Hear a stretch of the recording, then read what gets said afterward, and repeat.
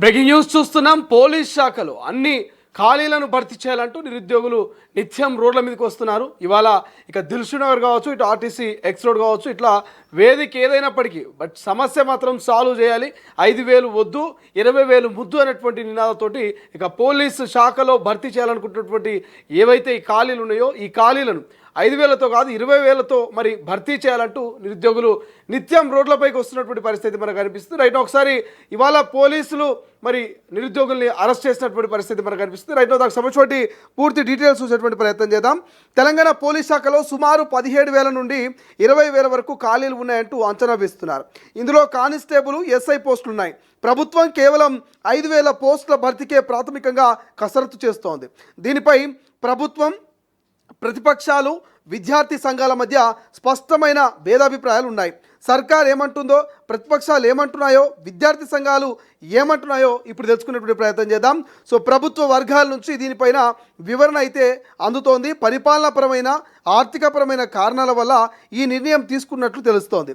ఇక ఏకకాలంలో భర్తీ కష్టమనే మాట అధికారుల నుంచి వినిపిస్తోంది. ఎందుకు ఇలా అని అడిగితే దీనికి 3 కారణాలు చెప్తున్నారు. దశలవార భర్తీ. సో పోలీస్ శాఖలో ఉన్నటువంటి ఖాళీలన్నింటినీ ఒకేసారి కాకుండా తొలి దశలో 5,000 పోస్టులను భర్తీ చేయాలని ప్రభుత్వం ఆలోచిస్తోంది. ఇక ట్రైనింగ్ సామర్థ్యం.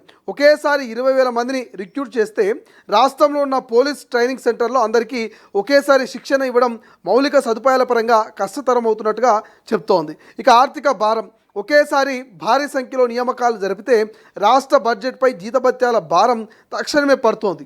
అందుకే ఆర్థిక శాఖ అనుమతుల ప్రకారమే పోస్టుల సంఖ్యను పరిమితం చేస్తున్నట్లుగా తెలుస్తోంది.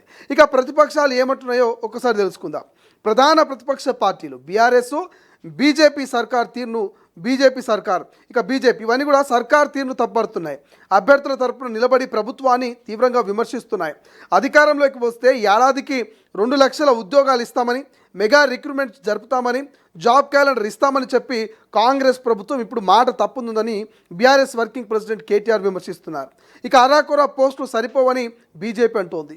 రాష్ట్ర అవసరాలకు ఎన్నో ఏళ్ళుగా కోచింగ్ తీసుకుంటున్న నిరుద్యోగుల సంఖ్యకు 5,000 అరాకొర పోస్టులు ఏమాత్రం సరిపోవని, వెంటనే 20,000 పోస్టులతో మెగా నోటిఫికేషన్ ఇవ్వాలని బీజేపీ శాసనసభాపక్ష నేత ఏలేటి మహేశ్వర్ రెడ్డి డిమాండ్ చేస్తున్నారు. ఇక తమ హక్కుల కోసం శాంతియుతంగా ఆందోళన చేస్తున్న నిరుద్యోగ యువతపై లాఠీ చార్జ్ చేయడం, అక్రమ కేసులు పెట్టడాన్ని ప్రతిపక్షాలు, ప్రజా సంఘాలు తీవ్రంగా ఖండిస్తున్నాయి. ఇక విద్యార్థి సంఘాలు, నిరుద్యోగులు ఏం మాట్లాడుకుంటున్నారో వాళ్ళ వర్షం చూద్దాం. ప్రధానంగా హైదరాబాద్లోని దిల్సుఖ్నగర్, చిక్కడపల్లి, వివిధ యూనివర్సిటీల్లో మరి నిరుద్యోగ జేఏసీ, విద్యార్థి సంఘాలు పెద్ద ఎత్తున నిరసనలు తెలుపుతున్న తమ డిమాండ్లను ముందుకు తెస్తున్నాయి. ప్రస్తుతం ప్రతిపాదించిన 5,000 పోస్టుల స్థానంలో ఖాళీగా ఉన్న అన్ని స్థానాలను కలుపుతూ కనీసం 20,000 కానిస్టేబుల్ పోస్టులతో సవరించిన నోటిఫికేషన్ విడుదల చేయాలని వాళ్ళు డిమాండ్ చేస్తున్నారు. ఇక పోలీస్ రిక్రూట్మెంట్లో గ్రామీణ ప్రాంత అభ్యర్థులకు తీవ్ర అన్యాయం చేస్తున్న జీవో 46ని తక్షణమే రద్దు చేస్తామని హామీని నిలబెట్టుకోవాలని డిమాండ్ చేస్తున్నారు. హైదరాబాద్ను ఫ్రీ జోన్గా ప్రకటించాలంటున్నారు. గత ప్రభుత్వం ఇచ్చిన విధంగానే ఎస్ఐ, కానిస్టేబుల్ ఉద్యోగాలకు గరిష్ట వయోపరిమితిని ఎస్ఐకి 38 ఏళ్ళు, కానిస్టేబుల్కు 36 ఏళ్ల వరకు పెంచాలని కోరుతున్నారు. ఇక లాంగ్ జంప్ క్వాలిఫైయింగ్ దూరం ప్రస్తుతం ఉన్న 4 మీటర్లను 3.8 మీటర్లకు తగ్గించాలని అభ్యర్థన పెట్టుకుంటున్నారు. ఇక మొత్తంగా ప్రభుత్వం దశల వారీగా వెళ్లాలని చూస్తుండగా ఎన్నో ఏళ్ళుగా వయసు పైబడుతూ ఆర్థిక ఇబ్బందులతో మగ్గుతున్న నిరుద్యోగులు మాత్రం ఒకేసారి మెగా నోటిఫికేషన్ ఇవ్వాలని పట్టుబడుతున్నారు. ఈ విధానానికి ప్రభుత్వం అరెస్టులతో ఫుల్ స్టాప్ పెడుతుందా, అభ్యర్థులకు నచ్చ చెప్తుందా, లేదా కొత్త నోటిఫికేషన్ ఇస్తుందా అనేది వేచి చూడాల్సినటువంటి అవసరం కనిపిస్తుంది. బట్ ఏదేమైనప్పటికీ నిరుద్యోగులు మాత్రం మా వల్లే కాంగ్రెస్ అధికారంలోకి వచ్చింది, మేము చేసిన యాత్రలు, మా పోరాటాలు, మా మద్దతే ఇవాళ కాంగ్రెస్ని గద్దెను నిలబెట్టింది.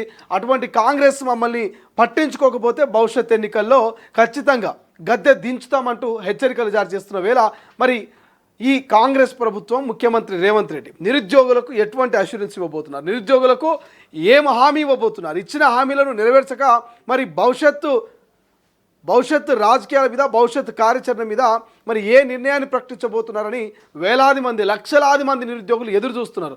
మా డిమాండ్ను వాళ్ళు పరిగణలోకి తీసుకొని 5,000ని కాస్త 20,000 పోలీసు ఉద్యోగాలు భర్తీ చేస్తారా అని చెప్పేసి చాలామంది ఆశగా ఎదురు చూస్తున్నారు. కాబట్టి మరి రాష్ట్ర ప్రభుత్వం ఏ నిర్ణయం తీసుకుంటుంది? వాళ్ళు అనుకున్నట్టుగా నిరంతరం కొద్దిగా ఉద్యోగాలు వేసుకుంటూ వెళ్ళిపోతుందా, లేదంటే నిరుద్యోగులు, ప్రతిపక్ష విపక్షాలు డిమాండ్ చేస్తున్నట్టుగా ఒకేసారి మెగా రిక్రూట్మెంట్ని చేయబోతుందా, ఏం చేయబోతుంది నిరుద్యోగులకు అనేది భవిష్యత్తులో చూడాల్సిన అవసరం మనకైతే కనిపిస్తుంది. బట్ ఏదేమైనప్పటికీ అరెస్టులతోటి మా పోరాటాలని ఆపలేరు, అరెస్టులతోటి కేసులతోటి మమ్మల్ని మా ఉద్యమాల్ని అణిచివేయలేరంటూ హెచ్చరికలు అయితే నిరుద్యోగులు నిర్మోహమాటంగా రాష్ట్ర ప్రభుత్వానికి జారీ చేస్తున్నారు.